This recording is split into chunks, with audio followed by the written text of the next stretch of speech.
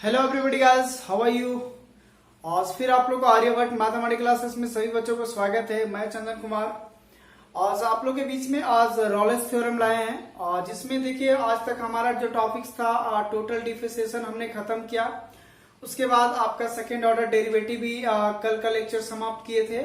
तो आज का जो हमारा टॉपिक है रॉलेस थ्योरम है ना, जो ये आपका एप्लीकेशन ऑफ डेरिवेटिव के तहत में आता है। यानी समझिए आज से आपका एप्लीकेशन स्टार्ट हो गया डेरिवेटिव का।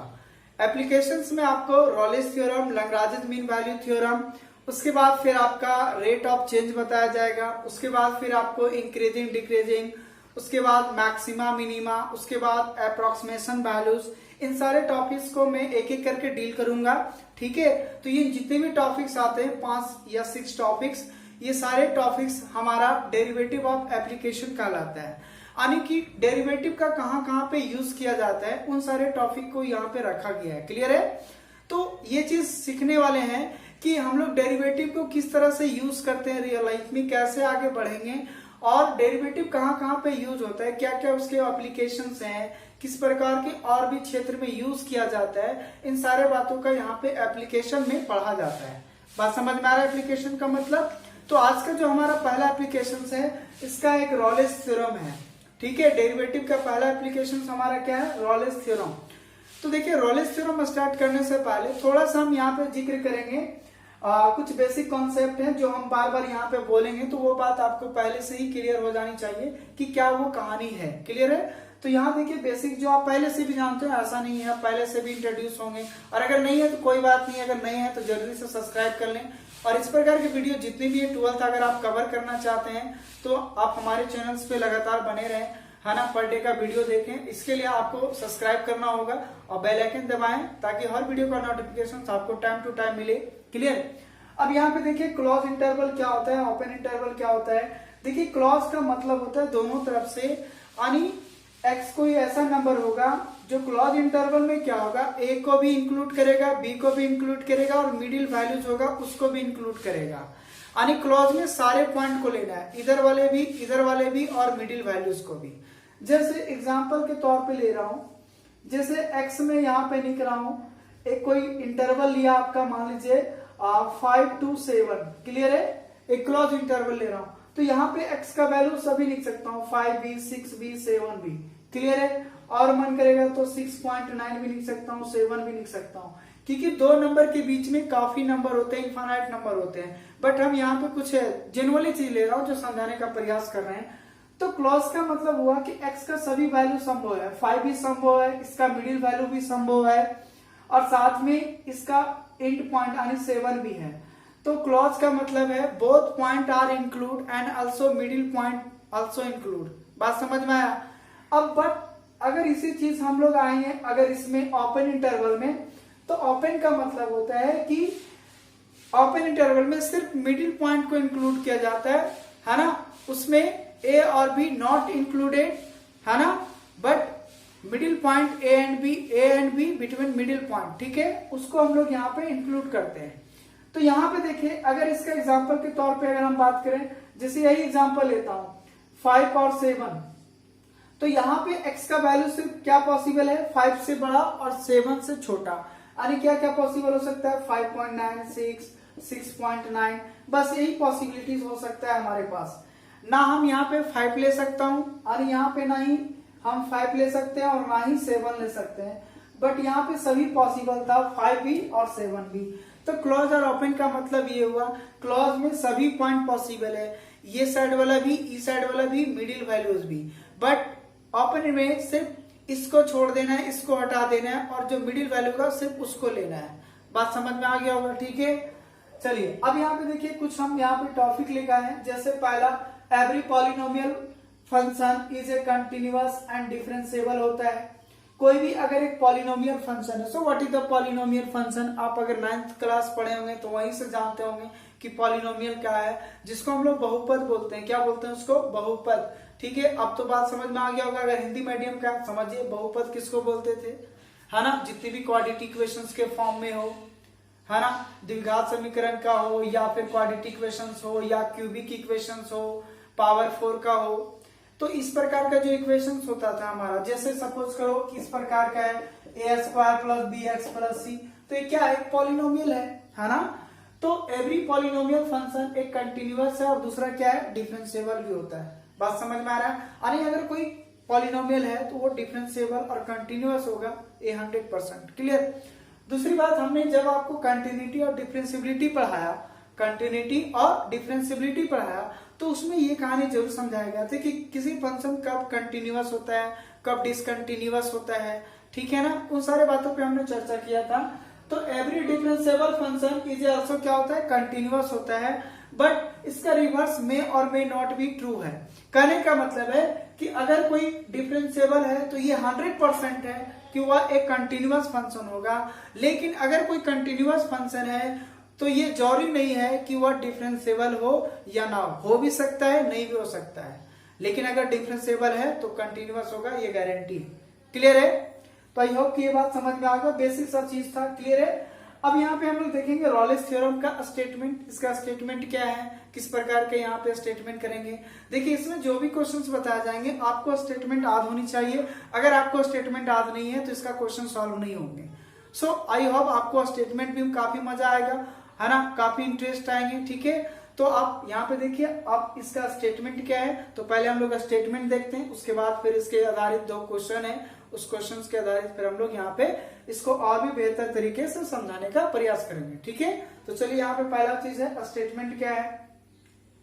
इसका जो स्टेटमेंट है रॉलेस थ्योरम का क्या है, कहता है if the function f is, एक कोई फंक्शन है f, तब यहाँ पे पहला स्टेटमेंट क्या था रॉलेस थ्योरम का। रॉलेस बाबा ने क्या बोला था, बोला पहला स्टेटमेंट ये दिया था कि f is a continuous in A close interval a b। पहला स्टेटमेंट क्या है कि fx जो होगा एक कंटिन्यूअस होना चाहिए। कैसा होना चाहिए, कंटिन्यूअस होगा, वो भी किस इंटरवल में, क्लोज इंटरवल में a b में। क्लियर है? a और b कोई भी नंबर हो सकता है, व्हाटएवर कोई भी रियल नंबर हो सकता है a b। क्लियर है ना? तो आप इसका टेंशन ना लें कि a और b क्या हो सकता है, व्हाटएवर कोई भी नंबर हो सकता है, रियल नंबर। बट दूसरा, fx is differentiable in open interval a b। और दूसरा स्टेटमेंट रॉलेस ने ये कहा कि अगर कोई फंक्शन fx है वह डिफरेंशिएबल होगा, fx फंक्शन क्या होगा, डिफरेंशिएबल होगा, वो भी किस में, ओपन इंटरवल में, नॉट अ क्लोज। क्लोज में हमारा कंटिन्यूअस हो रहा है, बट ओपन में क्या हो रहा है, डिफरेंशिएबल हो रहा है। ये रॉलेस का दूसरा स्टेटमेंट था। ठीक है, और तीसरा स्टेटमेंट उन्होंने ये दिया कि function of a is equal to हो जाएगा फंक्शन ऑफ बी। यानी जिस इंटरवल पे हम बात करेंगे उन दोनों इंटरवल का मैं फंक्शन के वैल्यूज में पुट करूंगा और ये चीज चेक करूंगा कि क्या फंक्शन ऑफ ए बराबर है फंक्शन ऑफ बी। ठीक है, अगर ये तीनों चीज सेटिस्फाई करता है तो रॉलेस थ्योरम सेटिस्फाई कराएगा। उसके बाद अगर आपको वेरीफाई करना है तब then there will be at least 1 point of c. कहते हैं कि यहाँ पे कम से कम 1 पॉइंट होगा। एटलीस्ट का मतलब होता है कम से कम 1। अगर पूरा कहानी नहीं है कोई बात नहीं, बट उसमें एक ना कोई एक चीज मिलनी चाहिए, है ना। तो सी एक ऐसा पॉइंट होगा, वो भी ओपन इंटरवल में ए बी में। किसमें, ए बी में। यानी कहने का मतलब है कि जैसे हम यहाँ पे 5 ले रहा हूं, ओपन इंटरवल में बिलोंग कर रहा हूं, मान लो 6 और 7। क्या ये 5 इसमें बिलोंग कर रहा है, बिल्कुल कर रहा है। क्या 5 और 7 के बीच का है ना, नहीं है। तो यहाँ पे ये जो है, अच्छा यहाँ पे देखिए 5 क्या इसमें बिलोंग करेगा, नहीं करेगा, क्योंकि ये 6 और 7 का ओपन इंटरवल है। लेकिन अगर ये चीज मैं कर दूं 6.9, क्या 6 और 7 के बीच में लाइक कर रहा है, बोला बिल्कुल लाइक कर रहा है। तो इसके बीच में लाइक करना चाहिए, यानी सी एक ऐसा नंबर होगा जो ए बी का बीच का नंबर होगा, ए बी का मिडिल का वैल्यू होगा। बात समझ में आ रहा है? सी का वैल्यू ना ए हो सकता है ना बी हो सकता है, सिर्फ और सिर्फ ए और बी के मिडिल वैल्यू होगा। क्लियर है? सो वही लिखा है then there will be at least 1 point c in the interval open interval a b such that, इस प्रकार से होगा कि इसका जब हम एक बार डिफरेंशिएशन करेंगे f dash c is equal to क्या होगा, 0। ठीक है, देखिए इस पे आधारित मैं एक एग्जांपल लूंगा तो सारी कहानी आपका क्लियर हो जाएगा। सिर्फ अभी ये देखिए कि इसका स्टेटमेंट क्या था। हाँ, इस क्वेश्चन में, इस एक्सरसाइज में रॉलेस थ्योरम पढ़ाए या लैग्रांज मीन वैल्यू थ्योरम पढ़ाए। अगर आपको स्टेटमेंट अगर याद है तभी क्वेश्चन सॉल्व होगा, और अगर स्टेटमेंट याद नहीं है तो क्वेश्चन सॉल्व नहीं होगा। ये अभी से ही कहानी आप दिमाग में डाल लो। स्टेटमेंट याद होना क्वेश्चन बनना, स्टेटमेंट याद नहीं होना क्वेश्चन नहीं बनना। इसमें कोई किसी का कोई कुछ नहीं हो सकता है। क्लियर है? तो आपको हर हाल में इसका स्टेटमेंट याद रखना ही होगा। कोई बड़ी बात तो है नहीं, एक कंटिन्यूअस है, एक डिफरेंशिएबल है और दो फंक्शन इक्वल है। दैट कैन क्लियर, बात समझ में है ना? तो आई होप कि यह स्टेटमेंट आपको जरूर याद रहेंगे। ठीक है, अब चलिए इसके आधारित हम कुछ क्वेश्चन लेते हैं। एक ऐसा कोई फंक्शन लेते हैं और एक ऐसा कोई इंटरवल लेते हैं कि क्या उसमें हमारा रॉलेस थ्योरम सेटिस्फाई करता है या नहीं करता है। क्लियर है? चलिए देखते हैं, क्वेश्चन लेते हैं क्या है। यहाँ पे देखिए एक क्वेश्चन लिया हमने, एग्जांपल लिया रॉलेस थ्योरम का। क्या है एग्जांपल में लिखा हुआ है क्वेश्चन क्या कहता है, verify Rolle's theorem for the function f(x) is equal to x square minus 5x plus 6 in closed interval 2,3। यानी कहता है कि ये जो फंक्शन दिया हुआ है वो किस इंटरवल में, 2 और 3 के बीच में है ना, और क्लोज भी लगा हुआ है। एक दूसरी बात तो ये है कि ये क्लोज इंटरवल है, यानी 2 साथ में मिडिल वैल्यू और साथ में 3 भी। ठीक है, तो इन दोनों के बीच से इस इंटरवल में ये फंक्शन वेरीफाई कराना है किसको, रॉलेस थ्योरम को, कि क्या इसका स्टेटमेंट ट्रू करता है या नहीं है। ठीक है, तो पहले देखते हैं यहाँ पे क्या है। काफी इंपॉर्टेंट क्वेश्चन है, बोर्ड एग्जाम के लिए हर बार आता है ना, तो इसको आप अच्छे से क्लियर करेंगे। चलिए अब देखिए, आपको दोबारा वही चीज लिखना है जो हमने स्टेटमेंट आपको बताया, कहानी वहीं से स्टार्ट होगी। बात समझ में आया ना? देखिए सॉल्यूशन में क्या करना है, पहले तो लिखना है गिवन दैट, जो दिया हुआ उसको आप लिख लीजिए आराम से।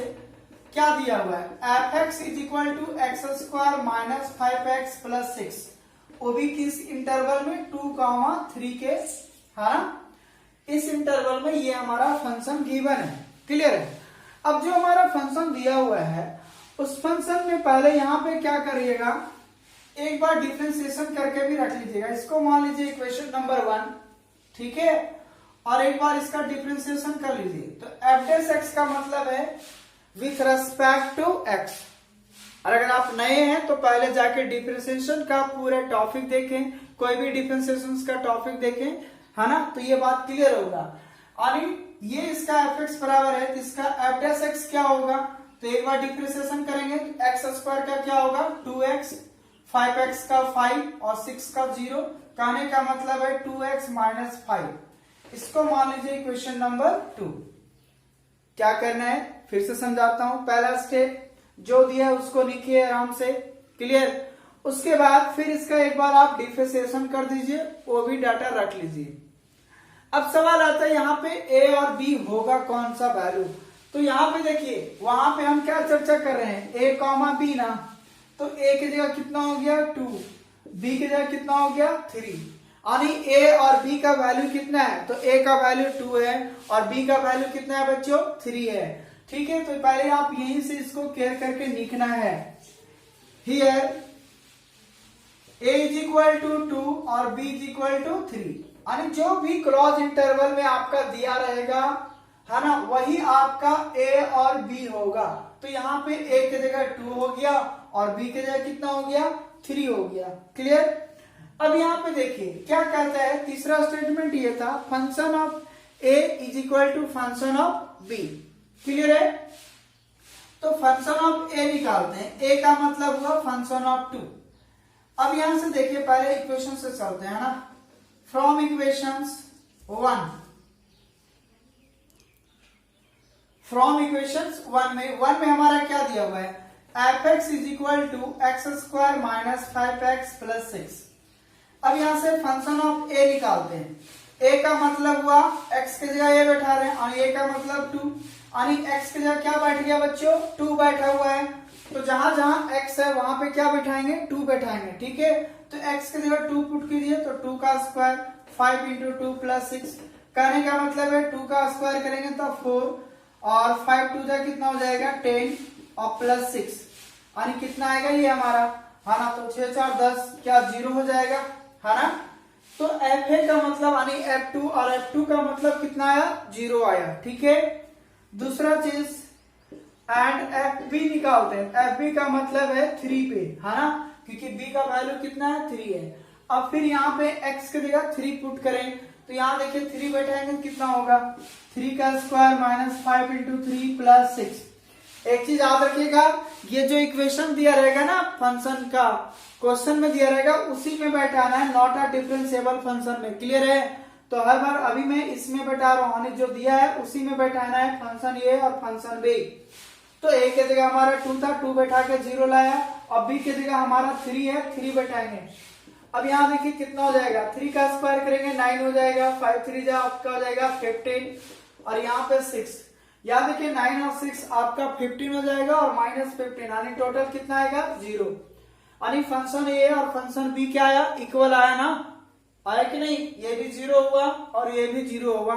इसका मतलब ये हुआ कि फंक्शन 2 और फंक्शन 3 क्या होंगे, इक्वल होंगे। उसके बाद इतना करने के बाद आपको क्या करना है, जो स्टेटमेंट लिखा है उसको आपको पूरा लिख देना है। जो हमने स्टेटमेंट लिखा है उसको क्या करना है, फिर से उसको पूरा लिख देना है। बात समझ में, यहाँ तक कोई प्रॉब्लम नहीं है। सिंपली जो देना है वो लिखा, उसके बाद डिफरेंशिएशन करके रख दिया, दूसरा स्टेप।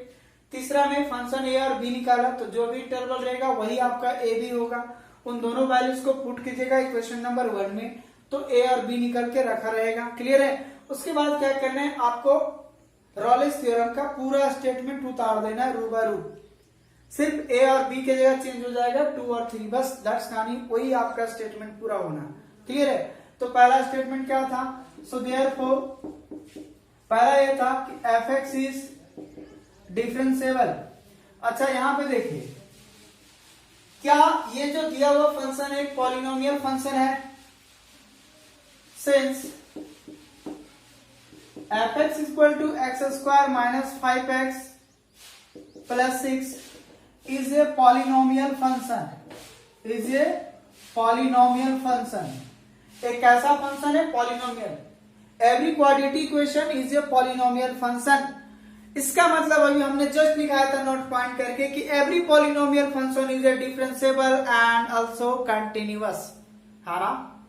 इसका मतलब ये हुआ कि अगर ये पॉलिनोमियल फंक्शन है तो कंटिन्यूअस भी होने वाला है और साथ ही साथ क्या होने वाला है, डिफरेंशिएबल भी होने वाला है। तो लो ये रॉलेस थ्योरम का तो 2 स्टेटमेंट सेटिस्फाई कर दिया।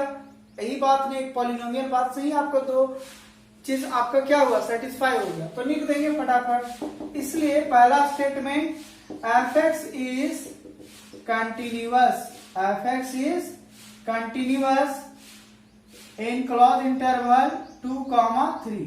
ए और बी की जगह क्या लिखेंगे, 2, 3। दूसरा स्टेटमेंट क्या था, fx is differentiable, fx is differentiable in open interval 2, 3। देखिए यहाँ क्लोज लिखा हूं, यहाँ पे ओपन लिखा हूं, बार बार बोल रहा हूं। जो हमने स्टेटमेंट लिखाया है रॉलेस थ्योरम का वही बात लिखना है दोबारा। क्लियर है। और तीसरा हमने ये कहा था क्या फंक्शन ऑफ ए बराबर होंगे फंक्शन ऑफ बी, तो बोला बिल्कुल हो रहा है, ये भी 0 ये भी 0। इसका मतलब दोनों क्या है, बराबर है, क्योंकि फंक्शन ऑफ 2 और फंक्शन ऑफ 3 क्या होंगे, बराबर हो गए होंगे। अब देखिए रॉलेस थ्योरम का 3 स्टेटमेंट तो फुलफिल हो गया, है ना, सेटिस्फाई तो करवा दिया। लेकिन हमें क्वेश्चन में करना क्या है, वेरीफाई करना है। तो वेरीफाई करने के लिए तब वो लास्ट का जो लाइन लिखा है ना, then there will be at least exist at a point C, है ना, in open interval AB such that k f dash C is equal to 0। Clear. तो वही लाइन फिर से लिखूंगा यहाँ पे।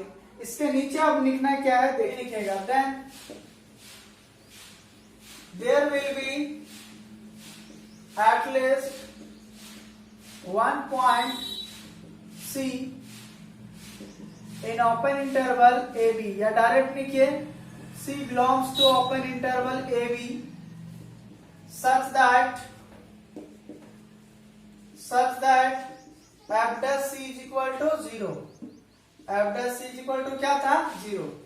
अब देखिए क्या करूंगा, ये जो हमारा f dash C है यहीं से हम C का वैल्यू निकालेंगे।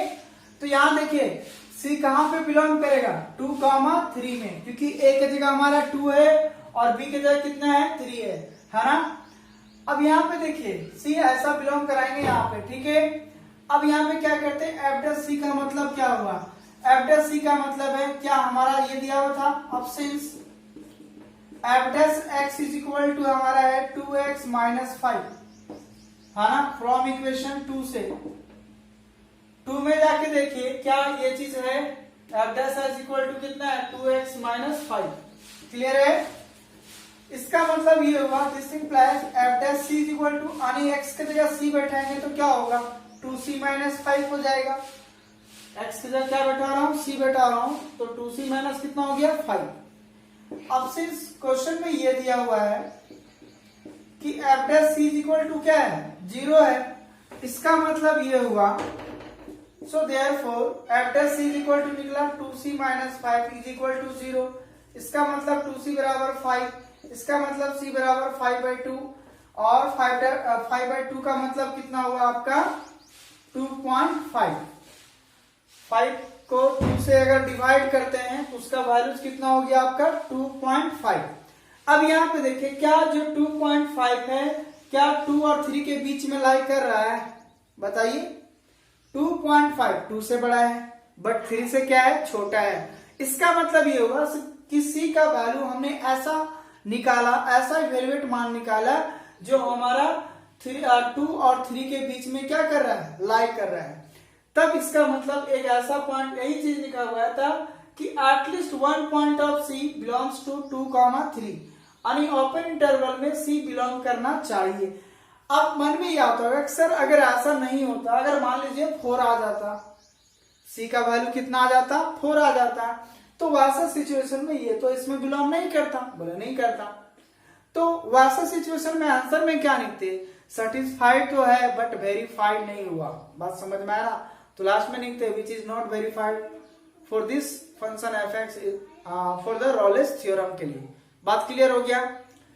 तो कहने का मतलब है मोटे तौर पे कि जो दिया था हमने सारा डाटा निकाल दिया, यहां तक तो कोई दिक्कत नहीं है, पूरा स्टेटमेंट ही लिखना है।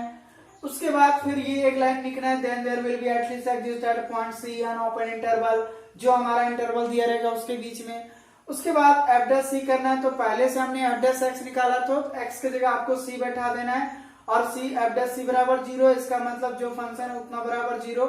वहां से आपको सी का वैल्यू निकालना है। सी का वैल्यू जब आप निकालेगा तो इसी पॉइंट में लाई करना चाहिए। इसका मतलब ये बिलोंग कर रहा है 2,3 में। 2,3 के यानी इसी के मध्य का वैल्यू है, इसी का मिडिल वैल्यूज है, यानी सी का वैल्यू यहाँ पे ना 2 होना चाहिए था ना 3 होना चाहिए था, ना 3 से बड़ा ना 2 से कम, 2 और 3 के बीच का वैल्यू होना चाहिए था, ठीक है। तब अब ये चीज हो गया। उसके बाद लास्ट में लिखेंगे, सिर्फ एक लाइन लिखना है the Rolle's theorem are satisfied and verified, that's answer clear, okay. बस Rayleigh's theorem are satisfied and verified, क्योंकि हमने दोनों चीज किया। सेटिस्फाई का मतलब वो 3 कंडीशन फुलफिल होना चाहिए। जिस दिन 3 कंडीशन फुलफिल है उस समय रॉलेस थ्योरम सेटिस्फाइड है, क्लियर। और जब ये लास्ट वाला एक लाइन जो है ये चीज अगर सी इसी के बीच में जब आ जाएगा तो फिर क्या होता है, वो स्टेटमेंट आपका वेरीफाई हो जाता है। इसका मतलब ये गारंटी था कि जो सी का वैल्यू था इसी के बीच में लाई कर रहा था, ठीक है। तो यही था क्वेश्चंस में, ये आपको लास्ट में एक लाइन लिखना है, क्लियर। तो ये हमने आपको आज ये चीज बताया कि रॉलेस थ्योरम का स्टेटमेंट क्या था, उसके आधार पे हमने आपको एक एग्जांपल बताया कि किस प्रकार से इस क्वेश्चन को सॉल्व किया जाता है, और इसी टाइप से आपको आएगा, है ना। तो मेन इसमें आपका सिर्फ ओनली स्टेटमेंट का कमाल है और इसके अलावा दूसरा कोई भी काम आपका नहीं करेगा, क्लियर है। सेम लिखा हुआ है, आप लिख लीजिएगा, है ना।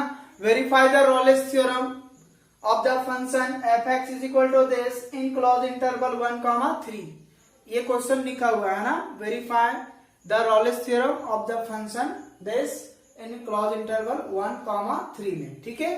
तो यहाँ पे देखिए मैं इसको शॉर्ट तरीके से बताऊंगा, है ना, ताकि आपको ये बात क्लियर हो जानी चाहिए कि सही तरीके से कैसे जाना है और इसको शॉर्टकट तरीके से कैसे समझना है, क्लियर है। देखिए क्या करना है, क्या एक पॉलिनोमियल फंक्शन है, देखिए सोल्यूशन बता रहा हूं, क्लियर है। पहले लिख लीजिएगा गिवन दैट, इसमें किसी को शक, इसको 1 मान लीजिए, ठीक है। उसके बाद इसको एक बार डिफरेंशिएशन कर दीजिए, therefore f dash x is equal to x 2x हो जाएगा और माइनस क्या होगा 4, इसको मान लीजिए इक्वेशन नंबर 2, क्लियर है। अब यहाँ पे देखिए a की जगह कितना है, हियर a के पास 1, b के पास 3, सो देयरफॉर फ्रॉम इक्वेशन 1 से fx is equal to x square minus 4x plus 3, so therefore पहला नंबर fa का मतलब है 1, क्योंकि a का वैल्यू कितना है 1, यानी जहां x है वहां पे हम क्या बैठा रहा हूं 1 का स्क्वायर करेंगे तो 1, 4 इंटू 1 4 प्लस 3, कहने का मतलब क्या हुआ 0, 3 और 1 4, 4 में 4 गया, a का वैल्यू कितना निकल गया बच्चों 1 माइनस 4 प्लस 3, इसका मतलब जब यहाँ x के जगह 1 बैठा है तो हमारा वैल्यू क्या है 0 आया। उसके बाद एंड fb बैठाते हैं तो fb का मतलब क्या हुआ, b का वैल्यू कितना है 3 है, तो यहाँ पे 3 बैठाएंगे। अब यहाँ पे देखिए x की जगह 3 बैठाइए, क्या होगा 3 का स्क्वायर माइनस 4 इंटू 3 प्लस 3, कहने का मतलब है 3 का स्क्वायर करेंगे तो आपका कितना हो जाएगा 9 और यहाँ पे हो जाएगा 12 प्लस 3, यानी ये भी कितना हो गया 0 हो गया, ठीक है। तो यहाँ देखिए क्या function of a 0, function of b क्या हो गया 0 हो गया, इसका मतलब ये दोनों क्या है बराबर हैं, बात समझ में आ रहा है ना। अब यहाँ पे देखिए नेक्स्ट में क्या करते थे, उसके बाद हम लोग स्टेटमेंट में जाएंगे। स्टेटमेंट जाने से पहले इसको आप देख लीजिए ये कैसा फंक्शन है। अब सिंस जो हमारा दिया हुआ है fx है, fx is polynomial, fx is equal to x square minus 4x plus 3 is a polynomial function, is a polynomial function, ठीक है, पॉलिनोमियल फंक्शन। अब यहाँ पे देखिए जो दिया हुआ फंक्शन था वो क्या है, एक पॉलिनोमियल फंक्शन है।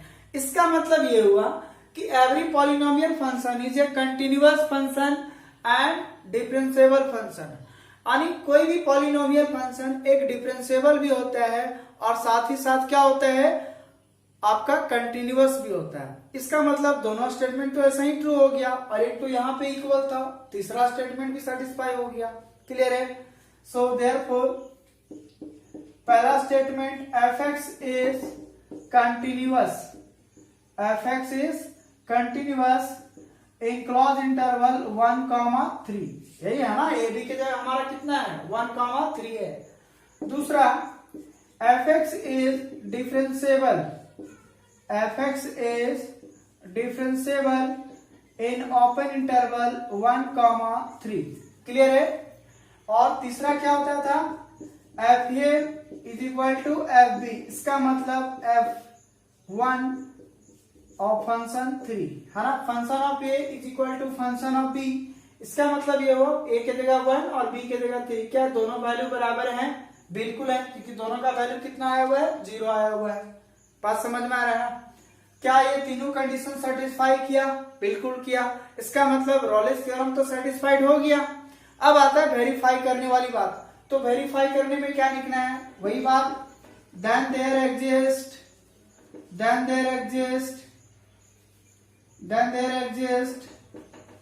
Eight least one point C belongs to open interval 1,3 such that f dash c is equal to 0, f dash c is equal to 0, क्योंकि ये भी यही है ना। अब देखिए फिर उसी तरह क्या करेंगे, f dash c जगह बैठाएंगे और c का वैल्यू निकालेंगे और c का वैल्यू ऐसा वैल्यू निकालेंगे जो हमारा 1 और 3 के बीच में लाई करना चाहिए। अगर लाई करेगा तो रॉलेस थ्योरम वेरीफाई होगा और अगर नहीं करेगा तो लिख देंगे not verified Rolle's theorem, that's clear. चलिए अब यहाँ देखिए क्या करते हैं, यहाँ पे x इज इक्वल टू हमारा कितना है, तो यही है ना, क्या है 2x माइनस 4, इक्वेशन नंबर 2 में यही था ना, फ्रॉम 2 से, क्लियर है। अब यहाँ पे देखिए जो हमारा f dash x equal to यहाँ पे दिया हुआ, अब यहाँ पे c बैठाइए, therefore f dash c equal to कितना होगा, इसका मतलब है x की जगह क्या हो गया c, तो यहाँ पे 2c माइनस कितना हो जाएगा 4 हो जाएगा। अब से इस क्वेश्चन में ये कहता है कि f dash is equal to क्या है, 0 है। इसका मतलब ये होगा 2c माइनस 4 बराबर कितना हो गया, 0 हो गया। इसका मतलब 2c बराबर कितना हो गया, 4 हो गया। अब यहाँ पे c बराबर कितना लिख सकता हूँ, 4/2। कहने का मतलब है 2 2 जा 4, ठीक है। यानी c का वैल्यू कितना आया बच्चों, तो यहाँ पे c का वैल्यू आपका निकल गया 2। c का वैल्यू कितना निकल गया आपका, 2 निकल गया। क्या ये बिलोंग कर रहा है 1 और 3 के बीच में, बोलिए ऐसा नो। बोला सर बिल्कुल लाइक कर रहा है। क्या 2 जो हमारा नंबर आया है 1 और 3 के बीच में लाइक कर रहा है या नहीं, ऐसा नो आप जरूर कमेंट करें, यस या नो। क्लियर? अगर ऐसा है तो वाई टी पे और नो है तो एन टी पे। क्लियर है? अब यहाँ पे देखिए अन्य 2 था, इसमें लाइक कर गया। इसका मतलब 10 Rolle's theorem are satisfied and verified. बात समझ में आया ना? यही है, लास्ट में क्या स्टेटमेंट लिखना है। तो सिर्फ इसमें आपका स्टेटमेंट का कमाल है, कुछ भी नहीं करना है। अरे यार ये तो सिंपल है ना, एक्स ए और बी के जगह पुट करना है, फंक्शन ए और फंक्शन ऑफ बी निकालना है, कोई तो बड़ी लंबी चौड़ी कहानी है नहीं। और दूसरी बात, एक बार डिफरेंशिएशन करना है जनरली, तो ये भी कोई खास बात नहीं है। तो मेन तो यहाँ पे स्टेटमेंट है, यही बार बार मैं लिख रहा हूँ। इसलिए मैं शुरू ही लाइन में बताया था आपको कि इसमें अगर क्वेश्चन सॉल्व करना है आपको रॉलेस थ्योरम का या फिर जो आगे पढ़ाने वाले लैग्रांज मीन वैल्यू थ्योरम का, अगर स्टेटमेंट आ दे तभी ये क्वेश्चन सॉल्व होंगे, अगर नहीं है तो नहीं होगा। दैट्स कोई इसमें रीजन नहीं है। क्लियर है? तो चलिए आज इतना ही रहने देता हूँ। नेक्स्ट पार्ट में हम लोग आएंगे लैग्रांज मीन वैल्यू थ्योरम, इसी का दूसरा पार्ट है, ठीक है। उसके बाद उस थ्योरम बताने के बाद फिर हम एक लेक्चर आपका एक्सरसाइज क्वेश्चन का लूंगा, है ना। तो 2-3 लेक्चर्स और जाएंगे इसका, ठीक है। और अगर वीडियो आपको अच्छा लगे तो प्लीज जितने भी आपके फ्रेंड्स हैं सभी के साथ शेयर करें, ताकि इस प्रकार के जितने भी टॉपिक्स हैं 12th आपके अच्छे से कवर हो जाए, आपके फ्रेंड्स के भी हो जाए, ठीक है। और जल्दी से सब्सक्राइब कर ले, बेल आइकन दबा ले, ताकि हर वीडियो का नोटिफिकेशन आपको टाइम टू टाइम मिले। क्लियर है? तो चलिए आप नेक्स्ट पार्ट में मिलेंगे, तब तक के लिए बाय।